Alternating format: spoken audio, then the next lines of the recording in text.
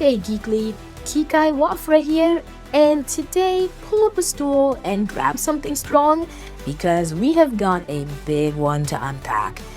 We are diving into the topic that is currently eating the entire tech industry alive, artificial intelligence. But we're not talking about new graphics cards or chatbots writing bad poetry. We are talking about the big promise. You know the one. The promise that AI is going to cure cancer, solve fusion energy, and basically become the ultimate scientist.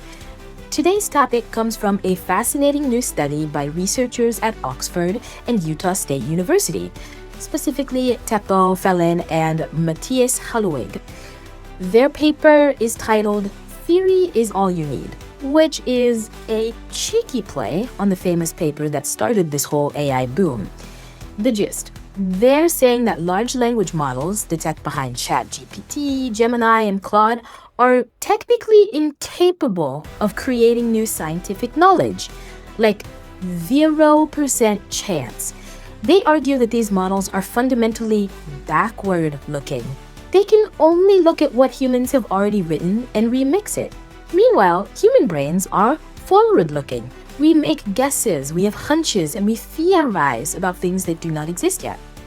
Now, let's be fair for a second. I want to play devil's advocate here. We all use these tools. They're incredible at synthesizing information.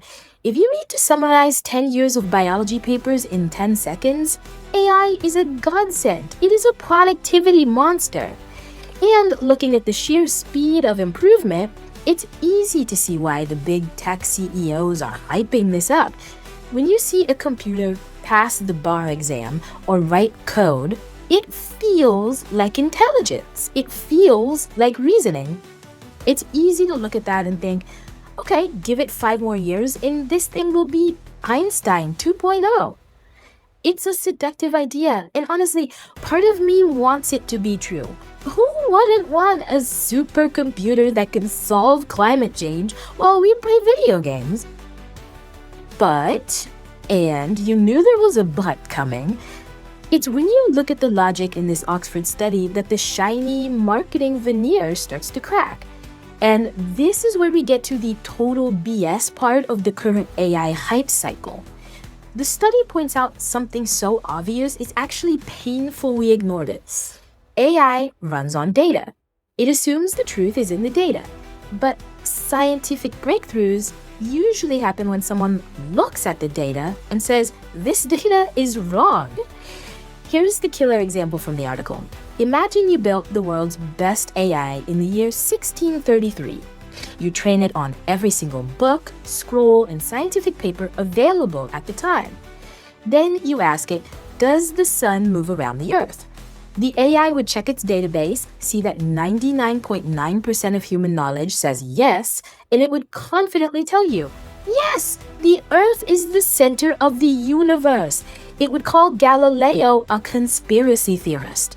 Why? Because the AI goes with the consensus. It's a statistics machine, not a thinking machine. Fallon and Halluig compare this to the Wright brothers too. In the late 19th century, all the data, all the physics books, and all the experts said heavier than air flight was impossible. An AI trained in 1890 would predict that a plane will crash. Humans, however, have this weird, messy ability to ignore the data and build a theory based on a hunch. We imagine a world that does not exist yet. This exposes the massive hypocrisy in Silicon Valley right now. We have guys like Geoffrey Hinton, the so-called godfather of AI, going on press tours warning that these models might become conscious or super intelligent. And then you have the study saying, relax, it's just a dynamic Wikipedia. It's just a very expensive, very fast parrot. The tech companies are selling us artificial general intelligence that can think like a human, but they're building it on a system that can only look in the rearview mirror. They're charging us subscriptions for a creative partner that literally cannot create anything new. It can just shuffle around what we have already done. They're telling us it's a scientist, but it's really just a librarian. A very fast librarian, sure, but a librarian doesn't write the books, they just organize them. It makes you wonder if they're intentionally blurring the line between processing data and actual thinking just to keep the stock prices high. Because if investors realize that these models are mathematically incapable of the kind of forward-thinking innovation that humans do, the bubble might burst. Anyway, the article's in the description and it's a heavy read, but totally worth it. So geek-ly, you're the judge. Is this Oxford study right and AI is just a fancy, backward-looking statistic machine that will never truly invent anything?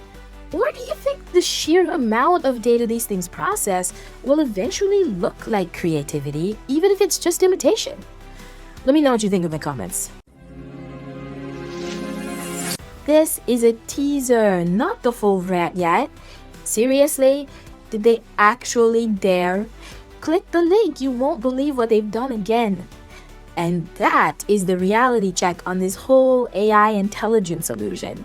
If you enjoyed watching me dismantle the hype, smash that like button, make sure you are subscribed, and drop your thoughts in the comments. Are these bots actually genius or just glorified parrots? If you want to fuel my next rant, the Buy Me a Coffee link is right down below. Also, a quick poll for the next video background. Should I go for a gritty cyberpunk alleyway or a clean Star Trek bridge? Let me know. I will see you in the next deep dive. This was Kikai Wafra for News Geek-ly.